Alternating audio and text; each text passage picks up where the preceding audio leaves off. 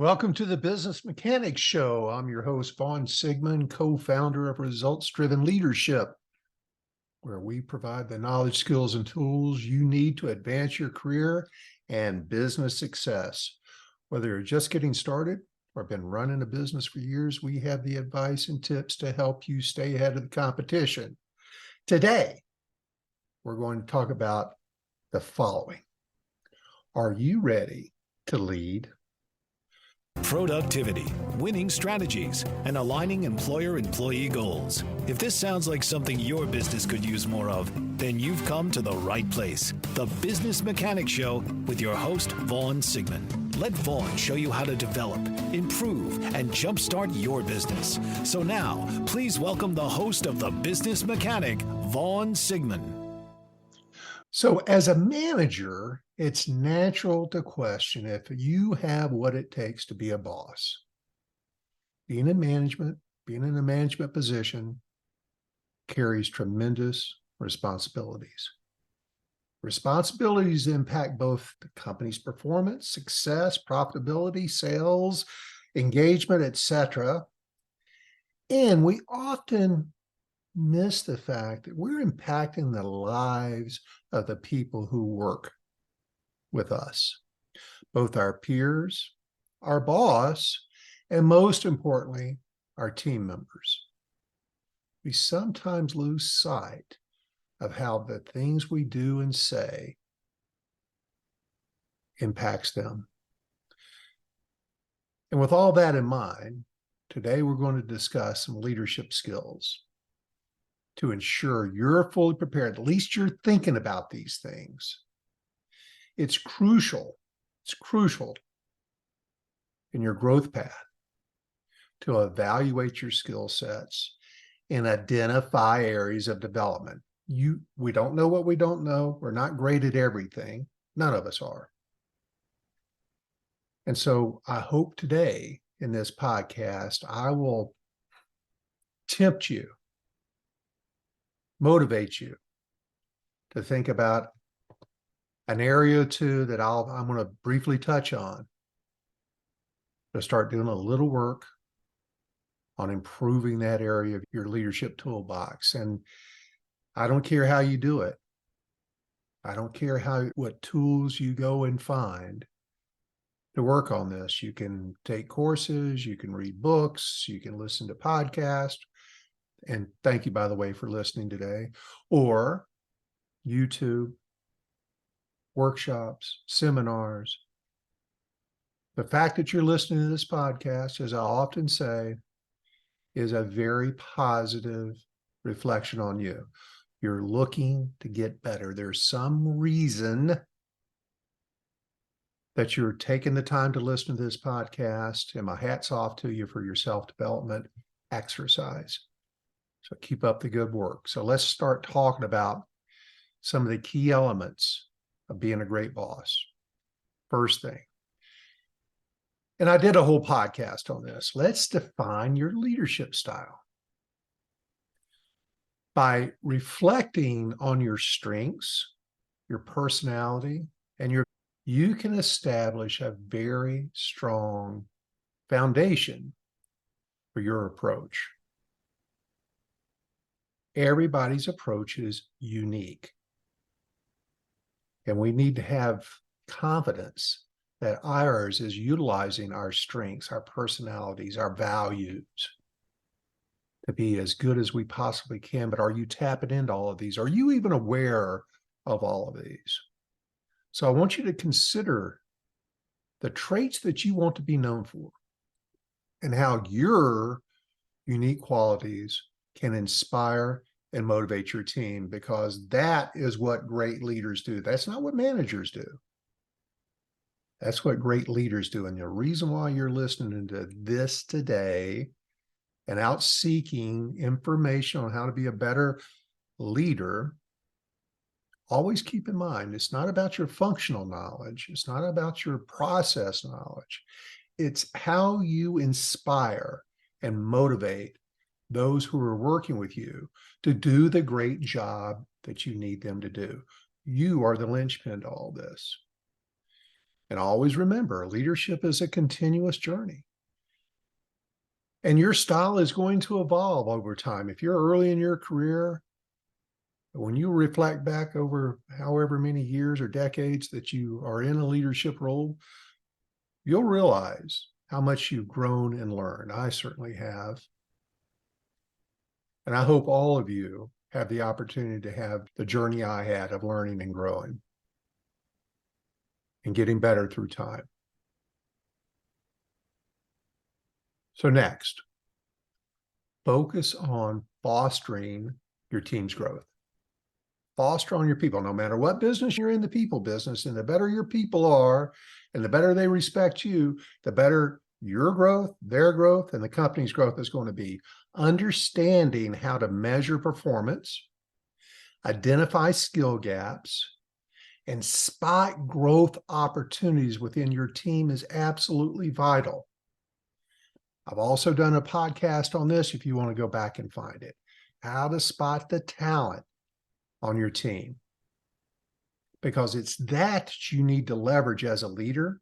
And let's say you're actually going to affect 3 key parts of being a great boss. 1, you're contributing this talent to have more impact on the organization, the company, the team, setting them up for future growth within the organization. Super important. 2, you're working on them. You're working on them. You're giving them the opportunity to leverage their strengths to get ahead in life, to take on more responsibility, to get raises, to be able to provide for their family in an even greater way. And the third way is the satisfaction and the confidence it gives you of being able to be an influence, a positive influence on somebody getting ahead. It's an awesome feeling. Been involved with it so many times in my life, and I take so much pride in being able to point people in the direction and give them the knowledge and tools they need over the 40 plus years that I've done this. It is an amazing self-satisfaction. But you have to know the nuances of how to spot this talent. And then more importantly, once I spot it, how do I leverage that? What do I need to do to develop them? Again, another whole podcast on that, how to develop your team. Have courses on all this as well. Results-driven leadership, rdltraining.com. So there's always links to our website in the show notes. Come check it out. But fostering your team's growth, take time to evaluate how you can impact your team's structure and dynamics. Create an environment that encourages growth. People will be so attracted to you and being part of your team because you're contributing to that individual's success, the team's success, the company's success, and your success. Many bosses skip over the importance of this. It generally is an aha moment when we're evaluating where they're at. Another essential aspect is effective prioritization and delegation. You've got to optimize your time and resources by determining what tasks you can eliminate, continue, or increase. What do you have to do? What can you teach somebody else to do? What are your priorities? How do you set priorities for others? Delegation, your ability to assign tasks and roles, accomplishes 2 key components. Back to the development aspect. They're learning and growing, and at the same time, they're taking some of the responsibility off your plate. You'll have more time to work on your business versus in your business. Delegation's crucial role of empowering your team to take ownership.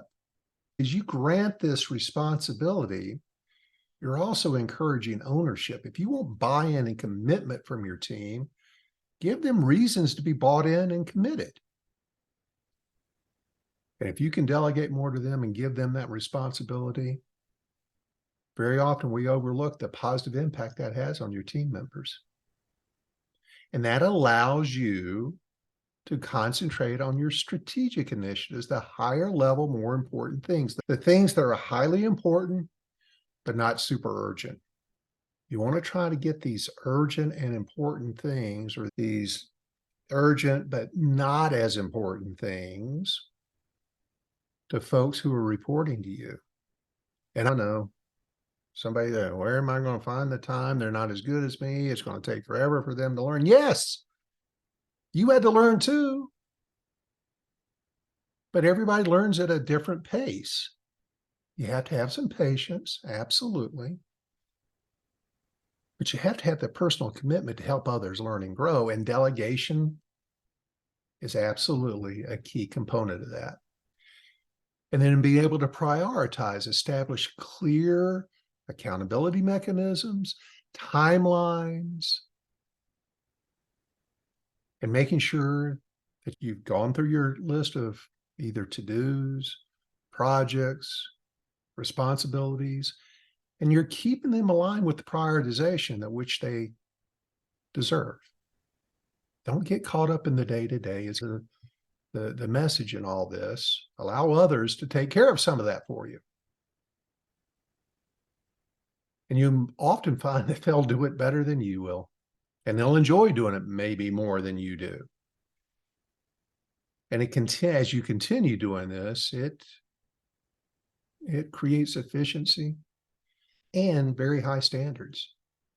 That's the byproduct. Moving on. Let's assess your communication skills. Can you confidently speak in public? Do you know how to lead meetings effectively? You need to evaluate your communication abilities and do it honestly. As a manager, you frequently find yourself addressing groups, whether it's team meetings, maybe presentations, or you're talking to senior management. Maybe you're even speaking at industry events, I don't know. But having strong public speaking skills, which is, by the way, very teachable. There's formats, there's things you can learn from that. But in order for you to be effective at public speaking, you have to practice and you have to be confident. Those two things, practice creates confidence. I assure you. This is podcast 100 and something. I get a little more confident each time I do one of these. Going back to several years ago when I did number 1, I'm speaking to over 100,000 people right now. You have to be able to confidently convey your ideas and inspire action. That's public speaking skills. That's your speaking skills, your management, meetings, confidence, communication, and it's all teachable.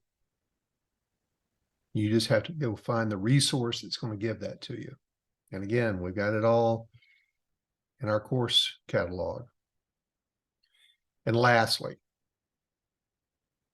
and these may or may not be in prioritization, but this is one I'm particularly high on, is your ability to provide feedback and resolve conflicts. As a manager, you deliver constructive feedback. You have to address performance gaps. It's a must. And sometimes you have to mediate interpersonal conflicts, whether that conflict is peer-to-peer, between you and a direct report, between you and your boss. However, in all the years I've been doing this, I find, and you may be one of those, many managers struggle with this. That's no surprise.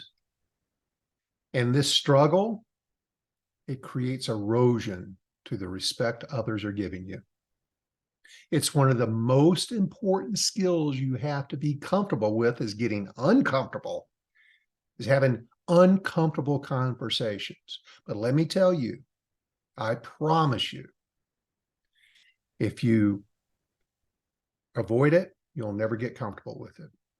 And I also promise you, if you'll throw yourself into the game, using the proper skills and tactics and techniques, you're going to become very comfortable with it. You'll be a master at it, and I'm going to help you out. At the top of the show notes, I'm going to put a link to my book, A Roadmap to Difficult Conversations. It's on Amazon. I'm going to link you to the free version. Please download it. Leave a positive review if you want to. That would sure help me on the algorithm at Amazon. And it's free. I'm not making a dime off of this. I'm just trying to help others, just like you, get more comfortable with this particular topic of difficult conversations. I see it so often. I see it as one of the biggest gaps that moving up in your leadership authority and your ability, it's one of the biggest gaps that exist. And within A Roadmap to Difficult Conversations on Amazon, I give you the architecture, the blueprint. Here's how you do it, and here's all the mindsets you have to have in order to be effective at it. And while I'm here, I'm also going to put a link, speaking of developing yourselves, while I'm here, I'm going to put a link to sign up for our newsletter. Please sign up for it. Get weekly leadership tips. There's no spam. We're not going to sell your information.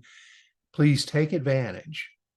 You're here on the podcast. Take advantage of the great leadership tips we share each week. We'll invite you to webinars. We're always offering free tools that you could benefit from. And it's all things that will allow you to learn and grow as a great boss. Now, back to constructive feedback.